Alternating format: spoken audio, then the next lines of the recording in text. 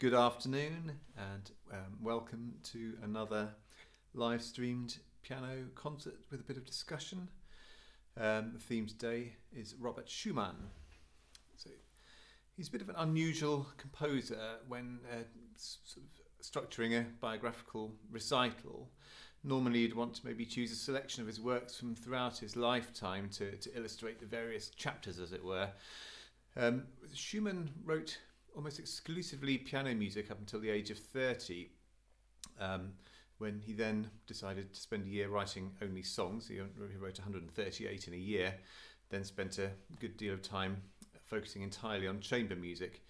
And then his later work was sadly rather affected by the psychological illnesses that befell him. So the quality deteriorated somewhat.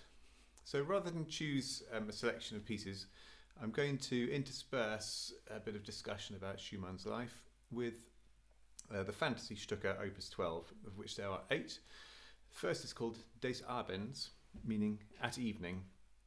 I've had a few comments about the vocals being too quiet in the podcast, by the way, so feel free to comment if you want anything turned up or down. Des Abends.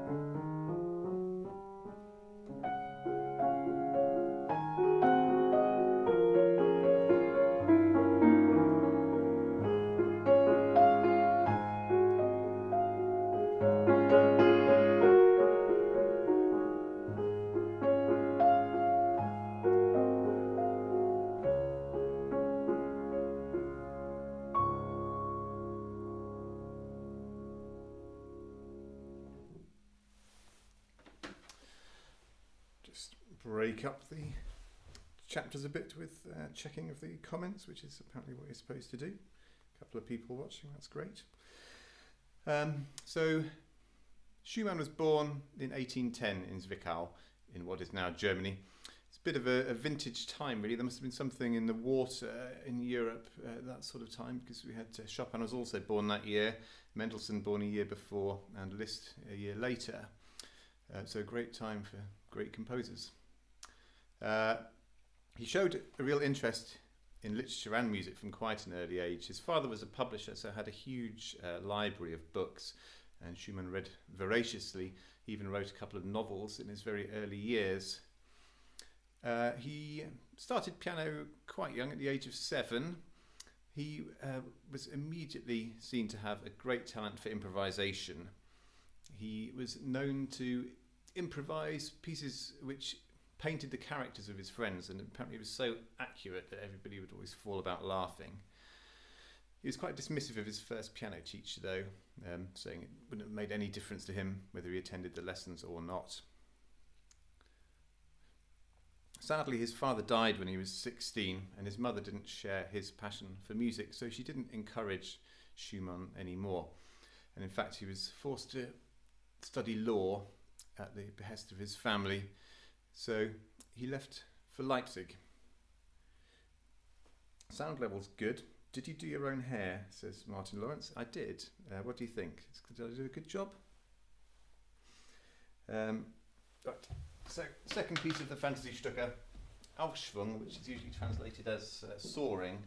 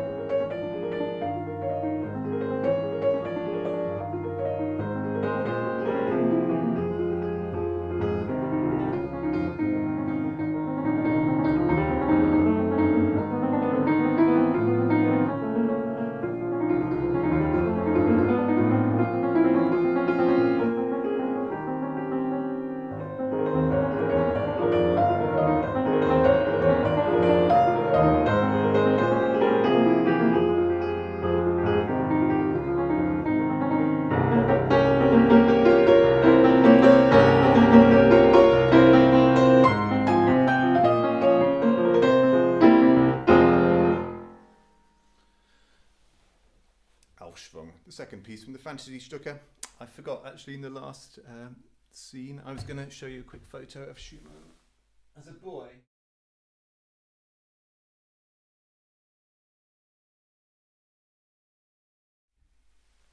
He's got that sort of arty pose straight away.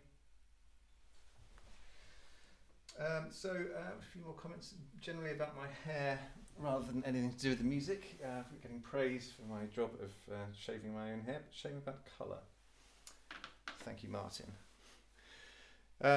So Schumann had departed for Leipzig to study law, but he hadn't abandoned the piano totally. In fact, he went for piano lessons in Leipzig with a teacher called Friedrich Wieck. Schumann had quite a lot of ambition. He wanted to be a virtuoso touring Europe like a Chopin or a Liszt. However, things became a cropper quite quickly. He managed to injure his fourth finger somehow. We know he talks about the cigar box contraption that he used to aid practice in his writings, which we assume was some sort of device, a box with springs in it that held his fingers back so as to strengthen them. And evidently this didn't work, had quite the opposite of effect. We don't know whose idea it was, whether it was Friedrich's. He certainly denied that. We don't know for sure if it was actually a pre-existing injury Schumann had and he was trying to rehabilitate it.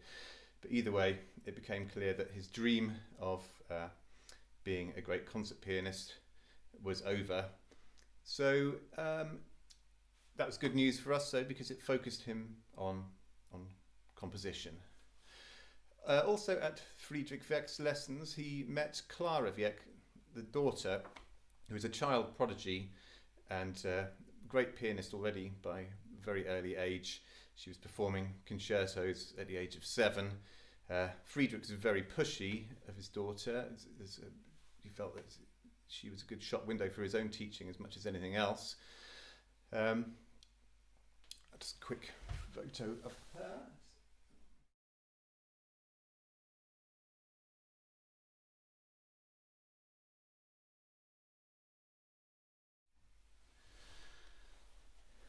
So, over the years that Robert was spending at the Wieck household, he and Clara eventually fell in love. But when her father discovered these trysts, he was not best pleased and banned them from seeing each other. Evidently, he thought Robert was not good enough for his daughter. It might just be that he wasn't a man of enough means, but I think his drinking habits were also fairly well established by then. It seems in all his letters he refers to having a hangover and basically describes the size of the hangover. It seemed to be a given that he had one every day. So unsurprisingly, Friedrich banned Robert from seeing Clara. He distracted himself with a series of romances, one of which was the English pianist Anna Rabina Laidlaw, who was the dedicatee of these fantasy pieces. The next one is called the Warum, meaning why.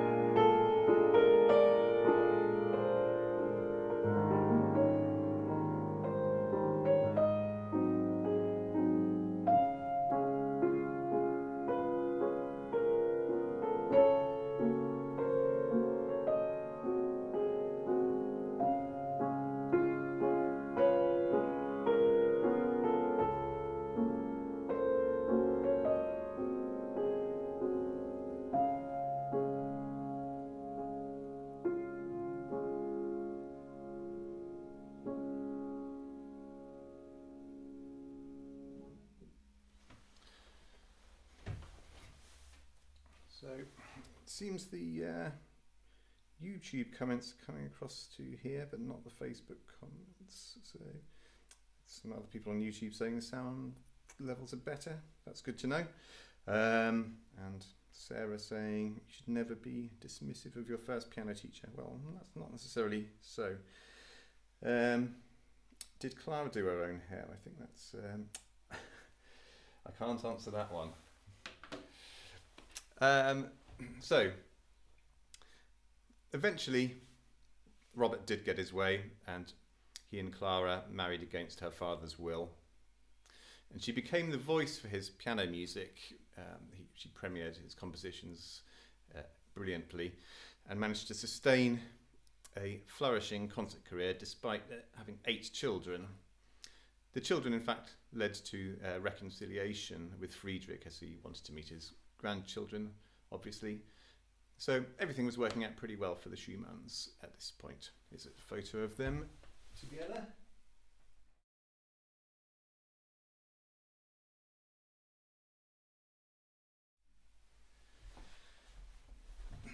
The next piece is called Grillen, or Whims.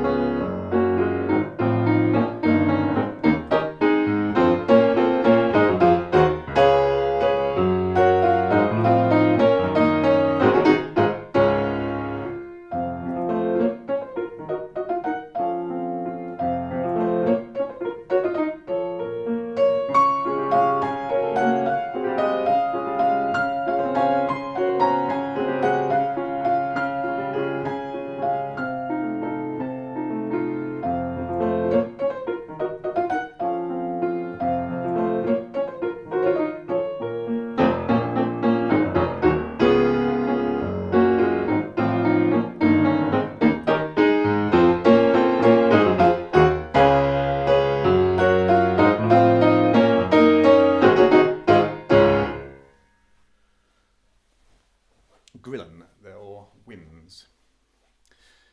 In 1833, Schumann's brother died, and that precipitated a year-long bout of depression, which was rather foreshadowing of his psychological health from there on in. He experienced great feelings of inferiority to Clara. He couldn't do any work. He said when he tried to start work, you'd get fits of shivering and apprehensions of death. And he developed a strange fear of metal implements.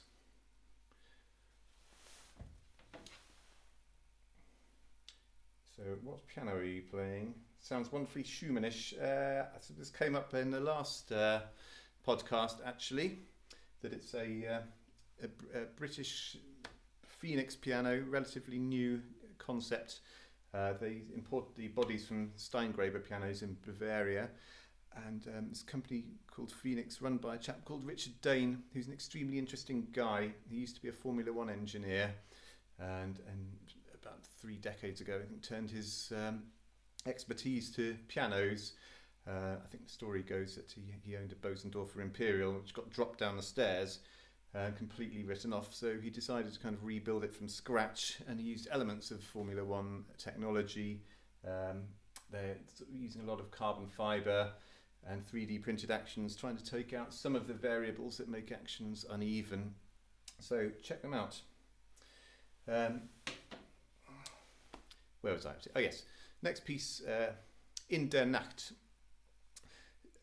It's a very alive, passionate piece.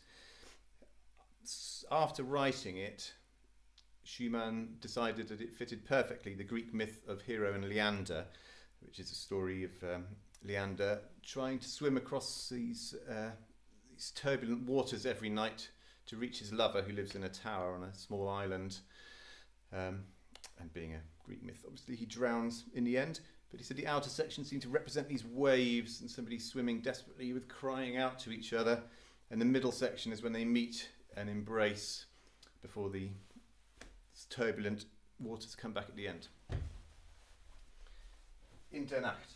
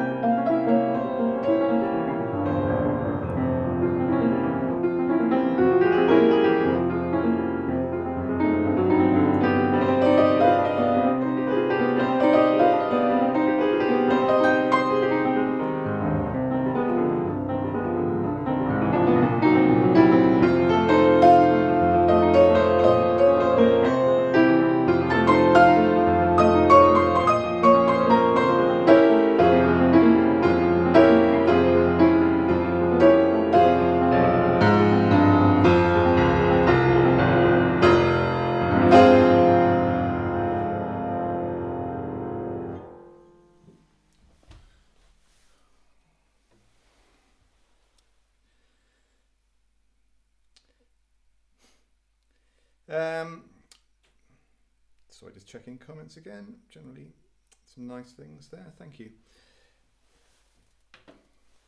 So, Schumann's other career, as it were, was that of a music critic. As discussed last week, he was the one who declared Chopin a genius as he burst onto the scene. He used multiple personalities in his reviews. There was Florestan, who is the fiery side of his character, and Eusebius, who's the more dreamy side. This picture of Schumann looking in Eusebius mode here.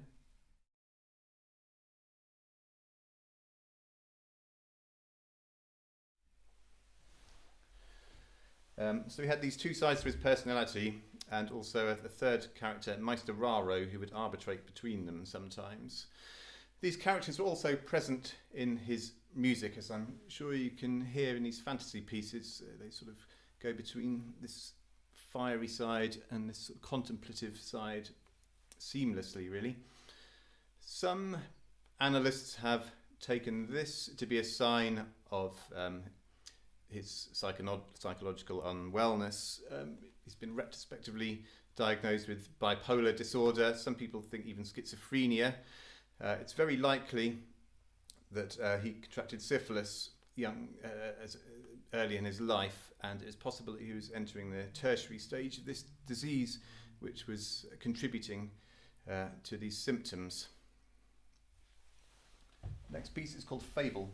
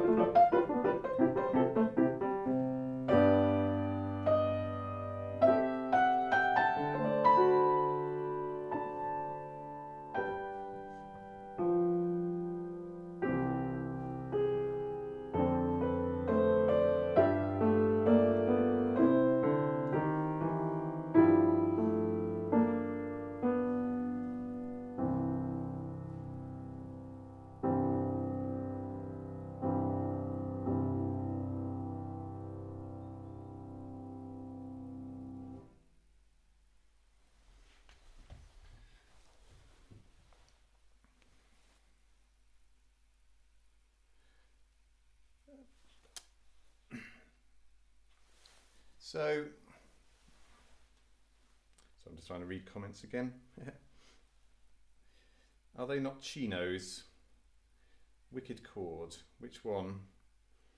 Yes, a lot of comments about hairstyles today. I'm enjoying that. So Schumann's symptoms worsened after a while. He was convinced he was being pursued by the note A, which was probably just a symptom of tinnitus, which was, again, could have been related to any of his other problems. He had hallucinations of angelic voices sometimes demonic voices at night. Some were, he said, giving him the most beautiful revelations, and some were threatening him with hell. One night he woke up convinced that either the ghost of Mendelssohn or Schubert had dictated to him a melody, which he immediately wrote down.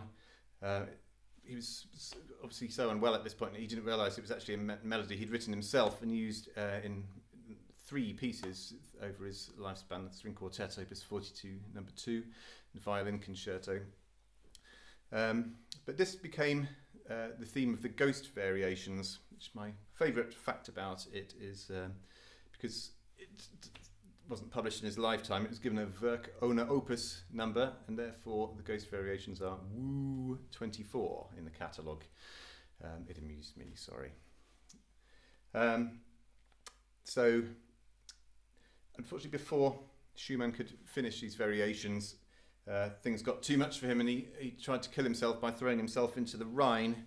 Fortunately, he was rescued, but immediately was taken into an asylum. The penultimate piece in the fantasy pieces is Traumeswirren, or Restless Dreams.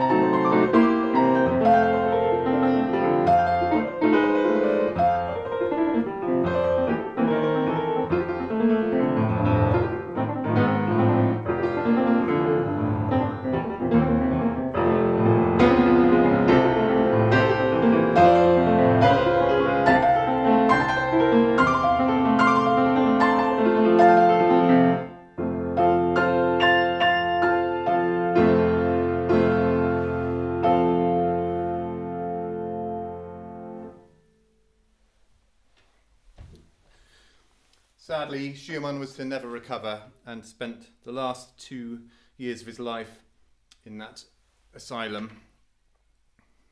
He died of pneumonia at the age of only 46.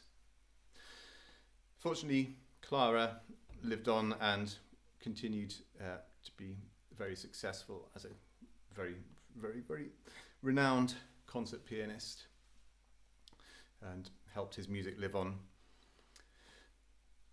The last piece of the Fantasy Stucker, Robert wrote in a letter to Clara during their separation. This was that ultimately everything descends into a merry wedding, but then my love for you returns, and at the end the wedding bells and death knell are heard simultaneously.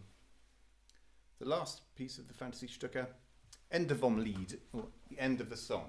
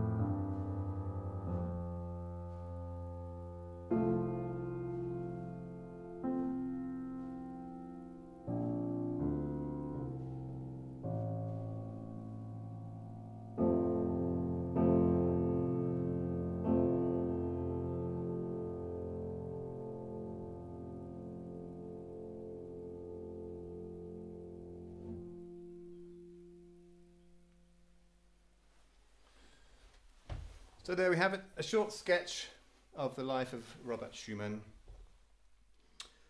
Thank you for your very kind comments. I'm trying to figure out what that chord was that somebody said was a good chord. You just said it's the high one, but I can't even remember what piece that was in. I still don't quite understand the Chino's comment either.